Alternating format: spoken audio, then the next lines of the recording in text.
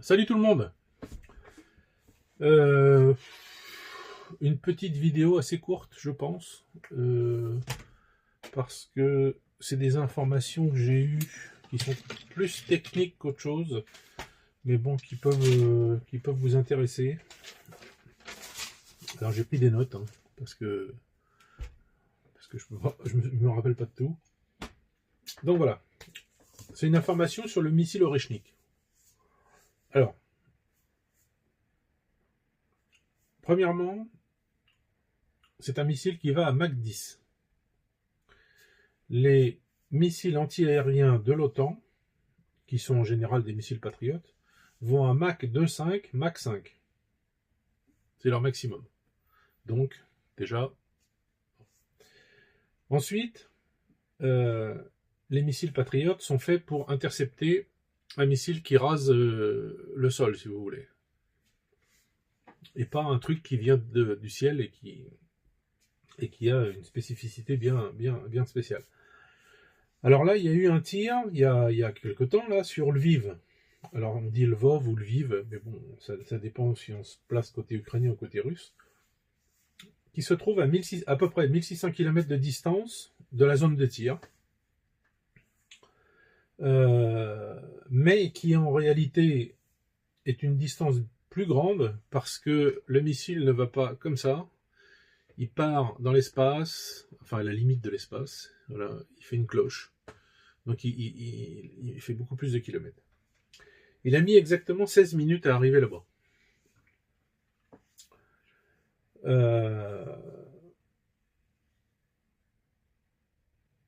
Ensuite, à son cul, quand le missile le missile arrive, il lâche des charges nucléaires avec de l'explosif ou vide, comme ça s'est passé là. Les deux tirs d'Oreshnik ont été faits avec des charges vides, en fait. On se rend compte de ça parce que s'il y avait eu de l'explosif, s'il y avait eu tout ça, c'est pas des flaques de magma qui seraient tombées et qui auraient fait des dégâts minimes. C'est des trucs qui auraient fait des trous de plus de 2 mètres de large sur 10 mètres de profondeur à cause de la chaleur, parce que ça fait 5000 degrés. Voilà. Donc ils étaient vides. Ça, c'est certain. Alors, ensuite, donc il a deux moteurs. Donc, les ogives ont deux moteurs au cul qui le font tourner comme ça. Et suivant comment il est programmé, il tourne comme ça et il fait ça, il fait ça, il fait ça. Il va pas en ligne droite du tout, alors que les missiles antiaériens sont faits pour intercepter des trucs en ligne droite. Lui, il va pas en ligne droite, c'est pour ça qu'on peut pas l'intercepter. Quoi d'autre? Donc la zone de tir sur Lviv, 16 minutes. Donc en plus de ça, quand les ogives sont lâchées, donc limite de l'espace, elles sont indétectables. Pourquoi elles sont indétectables? Parce qu'elles sont entourées de plasma. Le plasma fait 5000 degrés et le plasma déforme les ondes émises par les radars. C'est-à-dire que le radar, quand il envoie son onde qui doit revenir et dire à l'opérateur du radar, bah, tiens, il y a quelque chose là, en fait, il voit une espèce de grosse zone, mais il voit pas du tout, il peut pas cibler quelque chose, quoi.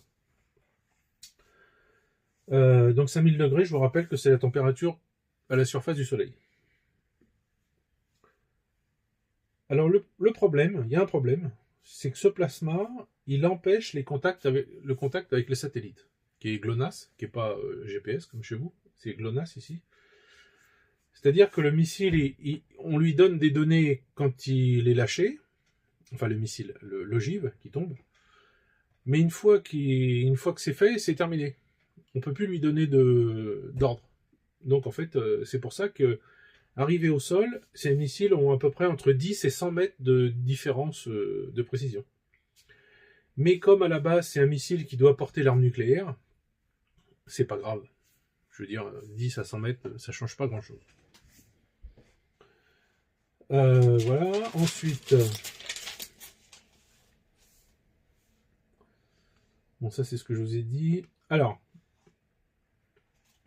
le problème aussi que rencontrent ces missiles, et je vais vous dire pourquoi c'est un problème, C'est que les missiles, ça a vitesse, invulnérabilité, précision. C'est les trois choses du missile. C'est un peu comme les tanks, vous savez. La puissance du canon, le blindage et la vitesse.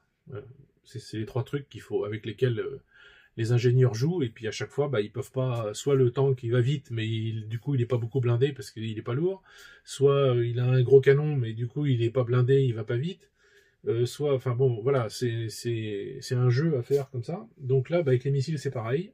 Donc toujours on sacrifie un pour avoir les deux autres.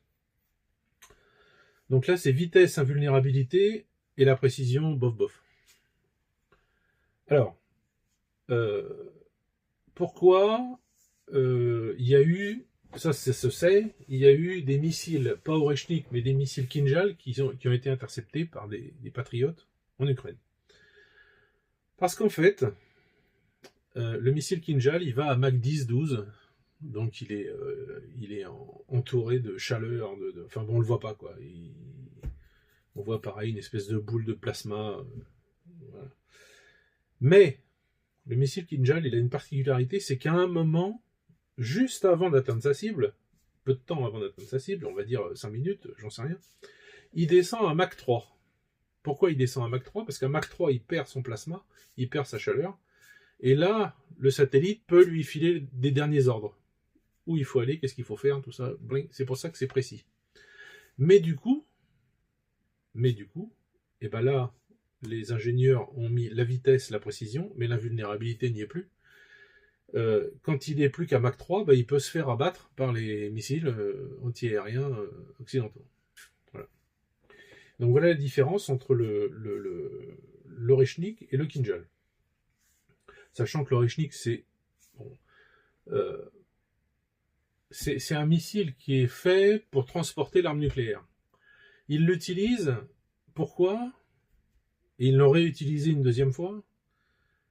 Je pense que c'est pour le public russe, mais aussi pour vous, parce qu'il faut avouer que ces images filmées de loin, où on voit comme les doigts de Dieu qui fondent sur le sol, comme ça, vroom, vroom, vroom. Alors d'ailleurs, on ne sait pas comment c'est possible. Alors il y a une théorie. Pourquoi c'est pas les 6 ogives, soi-disant, parce que soi-disant qu'il y en aurait 6, mais la dernière fois, elles vivent ou le Lvov, là, il y a eu 30 impacts. Donc pourquoi? Eh bien en fait parce que on pense que dans l'air, enfin en tombant, le missile s'est disloqué, chaque morceau est devenu une boule de plasma liquide. En fait, ça a fondu le métal, tout. Enfin bon, tout ça c'est devenu une boule de plasma. C'est pour ça que ça fait pas ce trou de plusieurs mètres et de 10 mètres de profondeur, parce que si ils y mettaient une charge, ne serait-ce que classique, du TNT ou des trucs comme ça, elle serait protégée, la charge, pour ne pas fondre, justement. Il y aurait quelque chose autour, j'en sais rien, je sais pas quoi, je suis pas spécialiste pour ça, mais peut-être du titane, peut-être, j'en sais rien, quelque chose qu'ils ne font pas à cette chaleur. Ils ont bien envoyé un satellite très proche du Soleil qui n'a pas fondu, donc, enfin il a fondu à la fin, mais bon, là il y a besoin que de quelques secondes. Donc voilà. Donc pourquoi 30 impacts et pas 6? Parce que ça devait être des boules de plasma, des morceaux d'ogives qui tombaient à gauche, à droite. Et je pense que ça a été lancé, bon, en représailles de l'attaque de la résidence de Poutine et de Kherson, je crois. Mais je pense aussi que, bon, il coûte, je crois que ça coûte 65 millions de dollars, je crois quand même, un machin comme ça. Donc c'est pas donné, quoi. Je pense que c'est un objet de propagande, enfin un objet de, oui, c'est le mot, c'est un mot qui peut ne pas être que négatif. C'est un objet de propagande pour démontrer aux Russes et pour que la Russie ne se laisse pas faire et aux Européens, faisez attention parce que ça va vous chauffer les fesses. Sachant que là, Lviv, c'est à 70 km des frontières de l'OTAN. C'est à 70 km de la frontière avec la Pologne. Donc ça commence à être... et c'est arrivé en 16 minutes. Pardon. Donc voilà ce que je voulais vous dire là-dessus. Qu'est-ce que j'ai entendu d'autre que j'ai pas noté? Merde, c'était quoi? Oui, c'est l'énergie kinétique. Je crois que c'est ça le mot. Je ne veux pas dire de bêtises. qui fait que... Ah oui, oui, pardon. L'impact de l'ogive sans explosifs à l'intérieur, sans charge nucléaire, tout ça, équivaut à 390 kg de TNT. Voilà. Ça, je me rappelle que j'ai vu ça. Bon, ça pique quand même, ça coûte un peu cher pour que ça pique, mais parce que les dégâts, en fait, j'ai vu des photos satellites, des dégâts, pardon, des dégâts du premier qui avait été, bon, il y a pas de zone soufflée, il n'y a pas, non, il y a des impacts, mais c'est pas immense, quoi. Enfin, on s'attendait à pire que ça. Mais ce qui est surtout impressionnant, c'est ces espèces de doigts de Dieu là, qui tombent là, avec le son et tout ça, ça fait flipper, quoi, évidemment. Et puis, normalement, avec une charge explosive, ça transperce n'importe quoi. C'est-à-dire, si vous faites à 10 mètres de profondeur un bunker pour vous protéger, machin, bah, les mètres de béton au-dessus de votre tête, ils sont transpercés par ça. Parce que 5000 degrés sur son chemin, ça fait fondre. Ça fait fondre, quoi. Ça veut dire, ça devient liquide. Voilà. Je sais que la première fois, le premier tir, il y a eu des tanks qui ont été liquéfiés. Il y a eu des immeubles, des maisons, tout ça, qui ont été complètement... même pas brûlés, je veux dire, c'est... Bon, il n'y a plus rien. Enfin oui, ça brûle, mais... Voilà. Donc c'est un truc qui pique. Voilà. Bon, sinon, bah, nous, ici, ça va. Surprise ce matin. Donc, moins 30 hier, moins 26 avant-hier. L'eau gelée, comme je vous ai fait une vidéo en dessous de la maison. Alors, on a laissé couler l'eau toute la nuit, en fait, à petit filet. On nous a conseillé de faire ça. Bon, on l'a fait. Et ce matin, moins 10. C'est l'été, quoi. Tellement moins 10 que j'entends la neige qui tombe du toit, là. Je sais pas si vous avez entendu. Donc voilà, c'est comme ça. Ce matin, je me suis habillé tout chaudement pour aller donner à manger aux poules, pour aller donner à manger aux chats, tout ça dehors, pour sortir les chats de la cave où il fait chaud, pour qu'ils aillent dehors manger. Quand j'ai ouvert la porte, ah, merde, ben, il fait pas froid. Enfin, il fait pas froid, moins 10, c'est froid pour vous, mais pour ici, c'est quand vous avez eu moins 30 et moins 26 les 2 jours avant, croyez-moi que c'est l'été, quoi. Vous pouvez sortir en t-shirt, il n'y a pas de problème.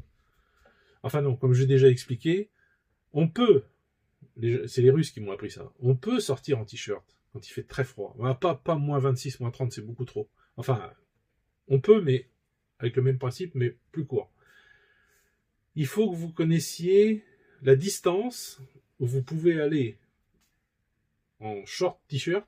Alors, short non, j'ai un pantalon, ce qu'on appelle un tricot en Russie, c'est un pantalon assez... pour le froid, un peu. Pour bricoler, surtout.